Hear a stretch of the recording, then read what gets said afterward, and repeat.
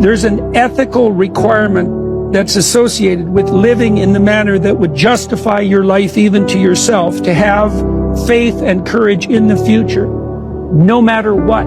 Sure. Right? So it's not a foolishness or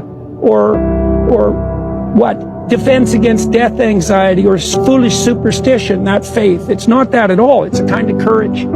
It's like, we're going to make this work. Yeah. We're going to make this work. And a child is a vote in that direction. A child is a vote for the future. Yeah. Sure. Yeah. How many kids do you have now? I have 12. 12. Yeah. So you're definitely doing your part. Yeah. What do you like about kids? What do you like about your kids? I mean, there's an older batch and a younger batch. Okay. So it's quite a big difference. Little X who's over there, he's the eldest of the youngest. He's 4. And my older boys are 20 and 17, turning 18 shortly.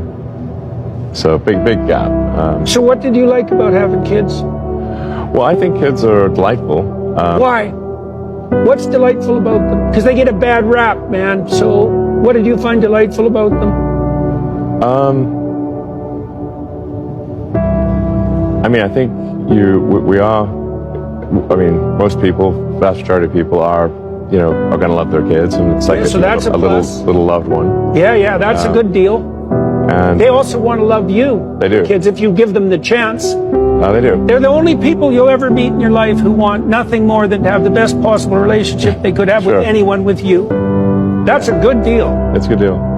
And I think there's, like frankly, if we weren't biologically inclined to love our children and to want to nurture them and to find reward, we would long ago have ceased to exist. I mean, you can take, say,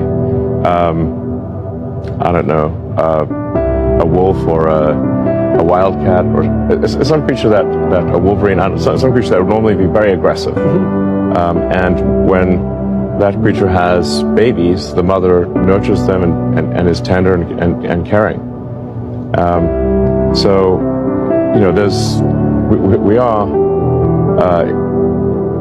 we've evolved to love our offspring. It's a natural thing. And I think people, I mean, even if somebody's sort of taken somewhat of a hedonistic approach to life, I think there's an appeal even on the hedonism side to say that, well, would you not, you'll actually find it very rewarding.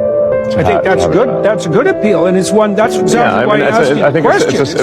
It's a solid argument, for the hedonists out there, and not all hedonists are bad. I mean, I have friends who are hedonistic and they're very good people, but and I've actually convinced some of them to have kids, which I'm happy to say, and they've thanked me afterwards. Like, not one person who I've said, you should really have kids, you won't regret it, and not one person has said they regret it ever.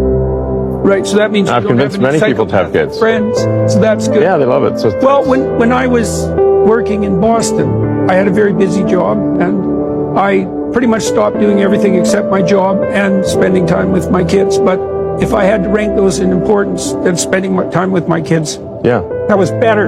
And the reason it was more important was because it was actually better. Like, if your kids are capable of a modicum of pro-social behavior, which is pretty much your choice, although temperament makes a difference, there isn't anyone more entertaining to associate with than little kids, because partly I think it's because they're not as cortically inhibited. So my daughter has a new There's no filter. They just say what they think. Well, and you can see what they see through their eyes too. So you're all filtered in, and you see presumptions everywhere, and then a child comes along and think, oh yeah, that's an amazing thing, and I've forgotten all about that. I replaced my perception with my memory. Right, and so children reopen that.